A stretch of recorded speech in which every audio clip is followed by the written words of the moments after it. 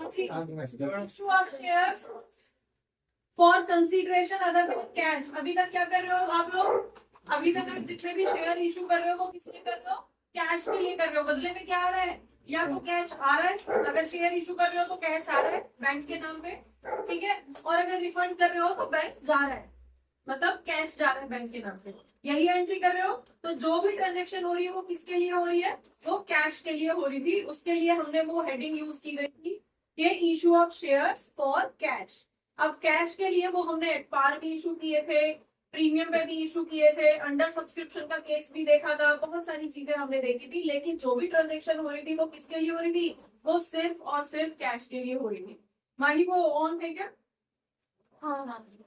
चलिए नेक्स्ट, अब हम नेक्स्ट टॉपिक जो करने जा रहे हैं that is issue of share for other than cash. Clear? Issue of shares मतलब शेयर्स तो अभी भी इशू हो रहे हैं, अभी भी शेयर इशू होंगे, लेकिन वो किसके लिए होंगे? For other than cash. अब ये क्या चीज हो सकती है अदर देन कैश?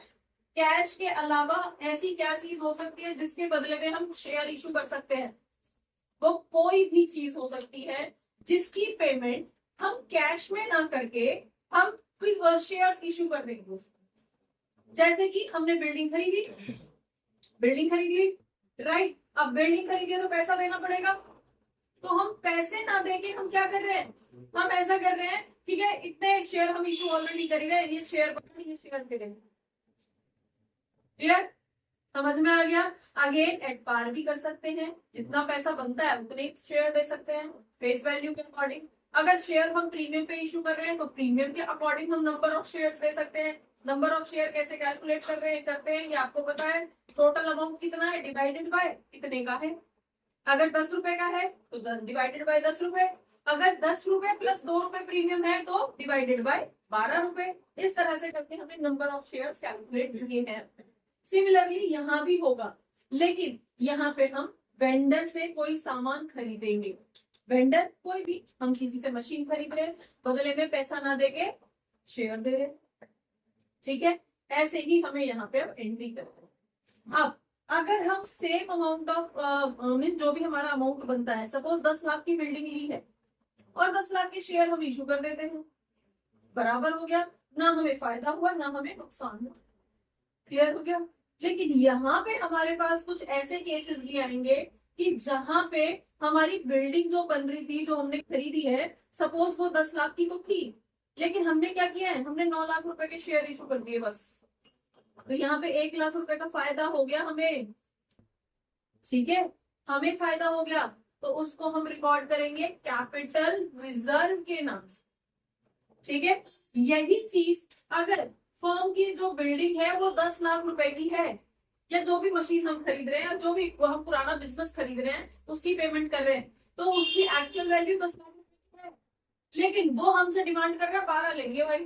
खरीद रहा है खरीदो, नहीं खरीदना मत खरीदो। तो 2 लाख रुपए एक्स्ट्रा मांग रहा है वो, जबकि उसके बिजनेस की वैल्यू कितनी है? 10 लाख रुपए। तो 2 लाख रुपए एक्स्ट्रा मांग रहा है, क्यों? गुडविल, ठीक है, एसेट हमारा जो है 10 लाख का है, लेकिन मैं 12 में बेचूंगा, तो 2 लाख रुपए वो एक्स्ट्रा मांग रहा है, किस चीज के? गुडविल के मांग रहा है।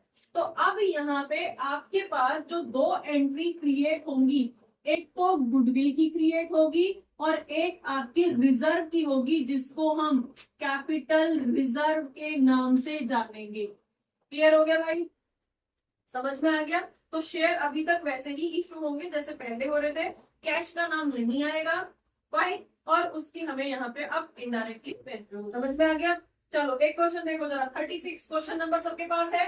क्वेश्चन नंबर 36 की बात कर रहे हैं, रनिंग बिजनेस। देखो ये बिजनेस खरीद रहा है, रनिंग बिजनेस ले रहा है of mature limited, comprising of mature limited से ले रहा है। क्लियर हो गया? तो वेंडर यहाँ पे कौन हो गया? किससे खरीदा जा रहा है? मेच्योर लिमिटेड से, ठीक है। तो मेच्योर लिमिटेड आपका यहाँ पे वेंडर माना जाएगा। क्लियर हो गया? अब यहाँ पे उसके एसेट्स है 45 लाख के। अब एसेट्स आपके यहाँ पे नजर आ रहे हैं 45 लाख के, उधर आपकी लाइबिलिटीज नजर आ रही हैं 6,40,000 की। क्लियर हो गया? डन। अब परचेज यहाँ पे कितना है? Purchase consideration. तो यहाँ पे परचेज कंसीडरेशन बोला जा रहा है भाई 36 लाख में खरीदा जा रहा है। क्लियर हो गया? आप मुझे पहले यहाँ से बता दो बिजनेस है कितने का? 45 के तो एसेट है दीदी, 45 के एसेट है, जिसमें से अगर मैं इस बिजनेस को, रनिंग बिजनेस है, अगर इस बिजनेस को मैं खरीदता हूँ तो ठीक है मुझे 45 के एसेट तो मिलेंगे, लेकिन बदले में मुझे 6,40,000 की लायबिलिटी भी पे ऑफ करनी पड़ेगी। तो मोटा मोटी मुझे कितने में पड़ा है बिजनेस? कितने का पड़ा बता दो जरा। हाँ जी, 51,40,000 एसेट प्रॉपर्टी मिलेगी आपको, लायबिलिटी चुकानी पड़ेगी, तो आपके लिए तो माइनस हो गई ना वो चीज। तो कितने का पड़ेगा आपको ये? 45 में से 6 लाख घटा दो, 38 60। हाँ जी 39 क्यों 6 है ना, 38,06,000 तो होगी ना 38 आपकी 38,60,000 माइनस कर दो भाई साहब। 6 लाख कम हो गए तो 39 तो वैसे ही बचा, उसमें से भी 40 कम हो गए तो 60 ही तो बचा, 38,60 बचा। क्लियर है? डन? किसी को कोई डाउट यहाँ पे? एसेट लायबिलिटी प्लस करने माइनस करने क्लियर है?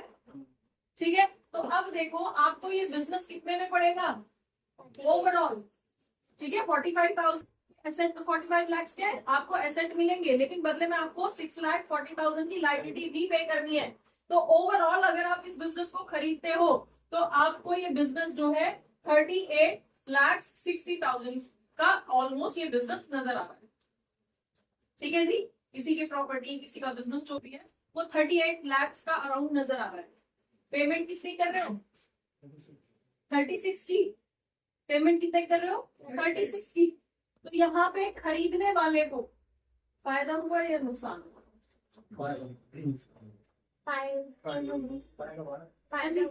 तो जब मुझे फायदा हो रहा है, मैं खरीदने जा रहा हूँ, और मैं हूँ कौन? मैं हूँ रैंडम लिमिटेड, राइट? कौन? Random limited. क्लियर हो गया? तो रैंडम लिमिटेड को क्या हुआ है? यहाँ पे होगा गेन, बायर वही है, समझ में आ गया? उसको फायदा होगा। और जब मुझे खरीदने फायदा होगा तो मैं क्या लिखूंगा उसको? मैं उसको रिकॉर्ड करूंगा कैपिटल रिजर्व के नाम से। क्लियर हो गया? सेंटेंस समझ में आया या नहीं? क्लियर? आगे आ जाओ। नेक्स्ट क्या है? अब यहाँ पे अब आपसे बोला जा रहा है कि amount was settled by bank draft 1,50,000। यहाँ तक समझ में आ गया कैपिटल रिजर्व वाला? यहीं पे गुडविल भी आ सकती थी। गुडविल कब आती? बिजनेस कितने का है? बिजनेस कितने का पड़ेगा? मुझे 38,60 का मिलेगा एसेट, लेकिन वो मेरे से डिमांड कर रहा होता नहीं थी 40, मतलब 45 के एसेट तो है, 6 लाख की ऑलमोस्ट लायबिलिटी पे करनी है। यहाँ पे 38 का ऑलमोस्ट ये बिजनेस मुझे मिलना है, बदले में पे कितना कर रहा हूँ? 36। तो मुझे फायदा हो गया 2,40,000, 2,60,000 का। यही ये मेरे से बोल रहा होता 36 नहीं 40 में बेचूंगा। एसेट मुझे कितने के मिल रहे होते? 38 के मिल रहे होते, और पेमेंट में कितनी कर रहा होता? बहुत ज्यादा होता। तो यहाँ पे अगेन क्या रहता? अगर मेरे जो बिजनेस है, बिजनेस जो भी अमाउंट है, बिजनेस एसेट्स एंड लायबिलिटीज, तो आप यहाँ पे बिजनेस वैल्यू कर लीजिए कि अगर आपका बिजनेस वैल्यू अगर हमारे पास लेस देन ये परचेज कंसीडरेशन रहता है, क्या?